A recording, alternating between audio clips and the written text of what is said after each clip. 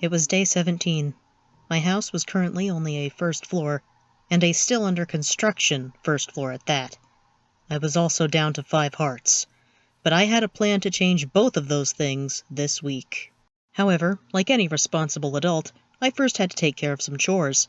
This involved gathering saplings from my imported spruce trees, meal prepping for the week, tending the sugarcane, fetching some redstone for my aforementioned plan, and collecting more lava for the furnace, also part of the plan. You see, I had considered my situation, namely of being at half health. I had the materials for 1 golden apple. I could eat it, but it wouldn't regenerate all of my health. And if I didn't find the materials to craft another one, I would be in serious trouble when constructing the 2nd floor and roof of my house, especially given my propensity for walking off the edge and my controller's propensity to disconnect at the most inconvenient of times. I had oxeye daisies, as well as wood for crafting bowls, but I still hadn't found either of the mushrooms I would need to complete the stew. I had plenty of sugarcane now, so I could craft some maps and go looking for the biomes where mushrooms are found, but there was always the chance I might die on such a journey. Ravines, lava pits, you get the idea. And there's no guarantee this seed has any of those biomes close to spawn either. However, there was one place where I believed I was practically guaranteed to find mushrooms. The Nether.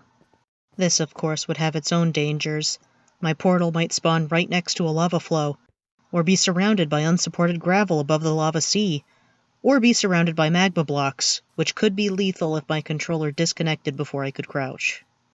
But as I said earlier, I had a plan. Step 1. Build and light a nether portal. Step 2. Eat the golden apple. This would help regen some of my health, and the absorption would provide a little insurance against whatever danger would be on the other side. Step 3. Enter the portal and try not to die immediately. Step 4. Find both of the mushrooms for the stew. Step 5. Return home safely and cook up some stew. It was a simple plan, or at least I thought so. Turns out I forgot some of the intermediary steps. Step 0.1. Craft a locator map. Why do I need a locator map? Because if I forget to leave a torch trail in the Nether, I can use the map to get a vague idea of where my portal is. It's not exact because 1 block in the Nether is 8 in the overworld, but I'll take what I can get.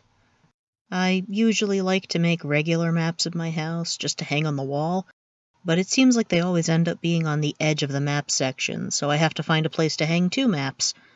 I was so happy when I saw that my house was well within the map boundaries, until I saw that the ponds aren't. Why? Okay, well, maybe when I expand the map, the ponds will be included. Are you kidding me? Alright, how about now? Great! They're on there, but I can't even see them because they're so small! This is exactly what I wanted. I am not upset at all. Well, anyway, I'll still be able to use it for the Nether, I guess. I decided to tend my farm. Looking at plants is supposed to be good for stress, allegedly. Don't know if that extends to Minecraft plants. I'm going to guess the answer is probably no. I also saw there was another section of the pond I would have to add in, so I worked on terraforming that. Actually, I think this is good. Makes the pond a little more asymmetrical. This also means more crops! Yay!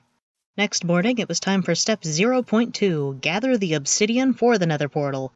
Step 0.3, use the glazed terracotta from day 7 to add area rugs to the first floor. Why is this part of the plan? Because finishing the floor is necessary for the next step. Step 0.4, dig out the room in the basement for the nether portal. If I just place the nether portal on the surface, it will stay there and it will be ugly forever. I know myself too well to trust future me to move it later. Oh, lovely. My basement intersects with the hole I fell in on day 14. Delightful. Finally, the first part of step 1, placing the obsidian for the portal. Step 1.1, construct and decorate the basement. Am I concerned that if I don't decorate around the nether portal now, that it will just be an ugly dirt room in my house forever? Or am I procrastinating going into the nether because this series will end if I die? The answer? Yes. At least I'm finding a use for all of those extra stairs I made on day 12. Day 19 began with even more digging. More specifically, the area under my furnace. Why? Because I wanted to add a separate smelting array for both a blast furnace and a smoker. I haven't given up on getting cooked salmon. Do I move this smoker downstairs or make another? I kinda like how it fills this space. I made another. Worst case scenario, I'll take the extra smoker with me on adventures. When I went back to the cave to get more lava, I took a slight detour to see if I could find some mushrooms.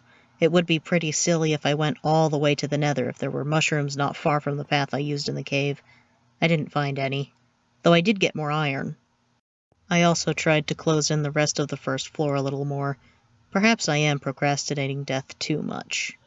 Next day, I continued adding stair walls to the basement, started the walls near the furnace, and finally realized, hey, I should probably add some variation with polished andesite stairs. But I only had 4 pieces of andesite. This, of course, meant I would need to get more. I knew there was some in the surface cave, so I headed in that direction. It was while I was crossing the river that my controller decided to disconnect, and the touch controls didn't respond the way I expected. This series was so close to ending on day 20. So close.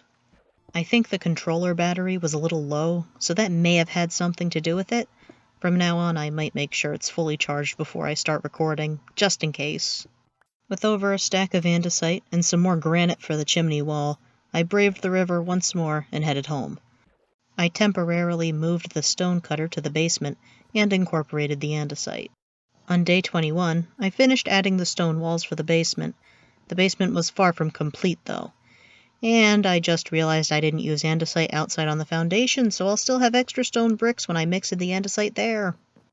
That night, I started preparing for going to the Nether for real. I used my last 3 diamonds to craft an axe. I really like the crimson and warped woods. If I happened to spawn in one of those biomes, I wanted to be prepared. Day 22, this was it. I was going to the Nether today. I crafted the golden apple, and the flint and steel. Maybe I shouldn't have left the other one behind on day 7 after all. I was about to finish step 1 of my plan when I realized that I hadn't replaced the dirt behind the portal. If I was going to go to the Nether and possibly die, I was at least going to do it with style. So, after a quick detour, I replaced the dirt with some better-looking blocks. Now I could finish step 1, step 2, and start step 3. On the other side, I found my second worst nightmare, magma blocks. I decided to crouch and exit onto the basalt on the other side. I was alive. Step 3 was a massive success. Unfortunately, I didn't see any other biomes nearby. At least it didn't take long to get halfway done with step 4.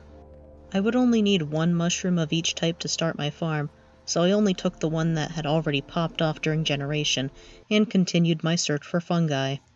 I've seen people say that the basalt deltas are their least favorite nether biome, but you know, I was planning on using black stone brick for my roof, so this may have been the best spawn for me, though I guess a bastion would have worked for that purpose too.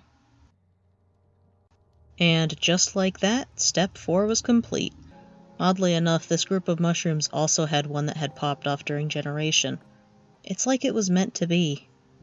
I took a quick glance around to make sure I didn't miss anything important before I carefully headed back to the overworld. I might not have found any warped or crimson forests like I was hoping to, but I did find the mushrooms and blackstone. I might not have found everything I wanted, but I found exactly what I needed. Things were going to work out okay. Who knows, I might even use some of this basalt later on. And so I went home. Probably should have removed those magma blocks next to the portal, but that would be a problem for future me. Right now, present me needed to start a mushroom farm. Mushrooms are particular about where you can place them. Since I had spruce saplings, I figured the best, or at least the easiest way, was to make a large spruce to generate podzol. I like using podzol because that means I don't have to worry about managing the light level. I also decided to fill in this hole in the ground near where I placed the trees. It wasn't deep enough that I was worried about fall damage, but it might become annoying when farming my mushrooms. I would need more bone meal to get more mushrooms and oxeye daisies, so I tended the farm. I'm so glad I can just duplicate the flour directly instead of bone mealing the ground. Can you imagine? Next morning, I was still composting when I saw that the giant trees had grown. I chopped down both of the trees and began farming mushrooms. Ooh, it grew on the first try. I then started to panic after I had broken 6 of the mushroom blocks and gained no mushrooms. After a very frantic web search, I learned that apparently the block can drop between 0 to 2 mushrooms when broken, so my mission hadn't failed. I wasn't supposed to use a tool instead of my hand. The RNG just hated me. Why is it necessary for 0 to even be an option? Once I finished breaking all of the blocks, I placed one of the mushrooms so that I wouldn't accidentally use it and started farming the others. It wasn't nearly as cooperative. The second time didn't work either. Finally, the third time worked. At least I can always count on the daisies. For some reason I had exactly 3 wood planks in my one barrel, 1 acacia and the other 2 spruce. I thought it was funny, so I decided to place the blocks in the crafting table myself instead of using the left crafting pane, the acacia in the middle with the spruce on either side. I must have been tired because the idea of a dark brown bowl with a bright orange center was hilarious to me. Unfortunately, this idea was not conveyed in the final product. I then decided to try crafting the stew from memory. This was good because apparently it's not even listed in the crafting pane when you have the ingredients. I guess that makes sense, though. It wouldn't be a very suspicious stew if you knew exactly what was in it. And so I finally ate my first suspicious stew. Wait, I did all of that for 1 heart? And I can't even eat another because my hunger is full? I mean, I guess that also makes sense, but this is minorly inconvenient. I tended sugarcane while waiting for my hunger to go down. Day 1, I live in fear of my hunger running low. Day 23, I eagerly wait for my hunger to run low. I suppose there are worse things. The next day, I was still waiting, so I added some barrels to the kitchen area for storing my food supplies, continued farming, and gathered more bone meal for farming mushrooms. Now this one is being uncooperative too. Finally, I ate another stew, and after sprinting and jumping around, I ate the last bit of stew I needed, back at full health. It started raining not long after. I wanted to gather more mushrooms, so the wheat was more valuable to me as bone meal than as bread. I figured I'd spend the rest of the rainy night peacefully farming my stew ingredients, give myself a chance to unwind after all the excitement of going to the Nether, healing my damage, and adding to my house, you know? But then I heard thunder. I just got all of my damage healed. My house still does not have a roof. I don't want to catch on fire. I don't want my house to catch on fire. I am not playing around with that. Nope, goodbye. Had to end filming abruptly because of the in-game storm, so here's some farming footage from earlier on day 24 for you. If you enjoyed this video, please consider subscribing so that you can catch the next installment. Clicking the like button would help me out too. And if you didn't enjoy the video, your patience and persistence are to be commended. Thank you! But if you didn't like the video, you probably shouldn't hit the subscribe button, since that would mean you'd see more videos just like this one. Morally, I cannot encourage you to do things that will cause you emotional or mental discomfort. But I also can't stop you. Until next time, take care.